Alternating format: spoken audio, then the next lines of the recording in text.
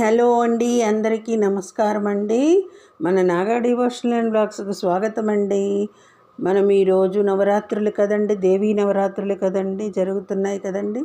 అందుకని మనం మంచి టాపిక్ చెప్పుకుందామండి.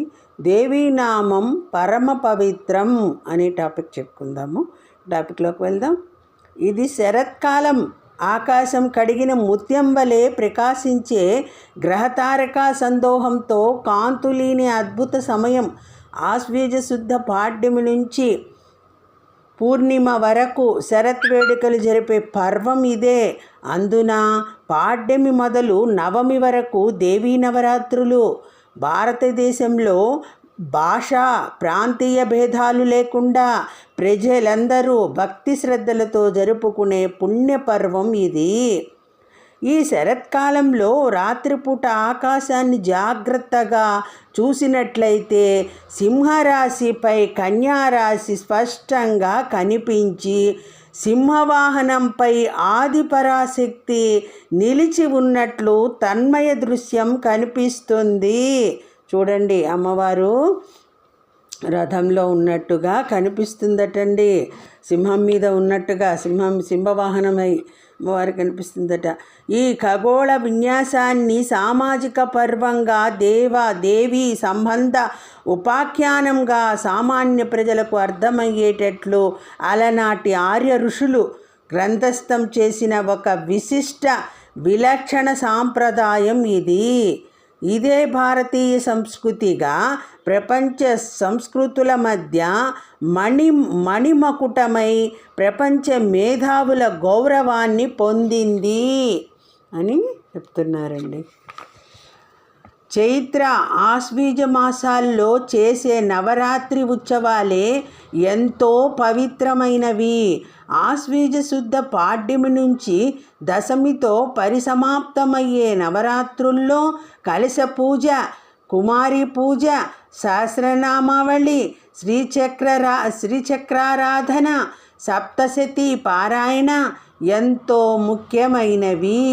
అనాది విద్యకు అధిష్టాత్రి అవడం వల్ల పరమేశ్వరిని ఆదిశక్తిగా భావించడం భావ్యం.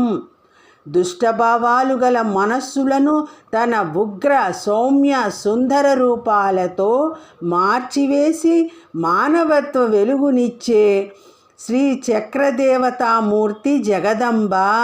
శ్రీ లలితా పరమేశ్వరిని ధ్యానించే చేతులే చేతులు, సహస్రనామార్చన చేసే వాక్కే వాక్కు అని శాస్త్రవచనం. లలిత సహస్రనామార్చన చేసే వాక్కే వాక్కు అని లలితా పరమేశ్వరుని ధ్యానించే చేతులే చేతులు అని అంటున్నారు. శక్తి కలిసి ఉన్నప్పుడే శివుడు అంటే పరమాత్మ సృష్టి చేయడానికి సమర్థుడవుతాడు. శక్తి కలిసి ఉన్నప్పుడే, అమ్మవారి శక్తి కలిసి ఉన్నప్పుడే సృష్టి చేయడానికి సమర్థమవుతాడు. శక్తితో కలిసి లేకపోతే ఆయన కదలడానికి కూడా సమర్థుడు కాడు. అందువల్లే హరిహర బ్రహ్మాదులంతా ఆ శక్తిని ఆరాధిస్తూ ఉంటారు. దేవీనామం అతి పవిత్రం. లోకమునందలి వాక్యముల కంటే విష్ణువును స్మరించడం ఉత్తమం. విష్ణునామం 1000 సార్లు జపించడం కంటే శివనామం ఒకటి ముఖ్యం. శివనామాలు 1000 కంటే కూడా దేవీనామం ఒక్కటైనా మేలైనదని శాస్త్రం. ఇదండి శ్రీపీఠంపై అఖిల లోకాశ్చర్యకర సౌందర్యంతో కొలువై ఉన్న మహాశక్తిని శరణోయమ్మ అంటూ ఆశ్రయించి అర్చించే పవిత్ర నవరాత్రి ఉత్సవాలు సర్వమానవాళికి సర్వ శుభాలను ప్రసాదిస్తాయి. ఇదండి టాపిక్. దేవీనామం పరమ పవిత్రం అనే టాపిక్ తెలుసుకున్నామండి వీడియో నచ్చినట్టయితే లైక్ చేయండి, షేర్ చేయండి, సబ్స్క్రైబ్ చేయండి. అందరికీ ధన్యవాదములు. సర్వం శ్రీకృష్ణార్పణమస్తు. ఓం శ్రీమాత్రే నమః.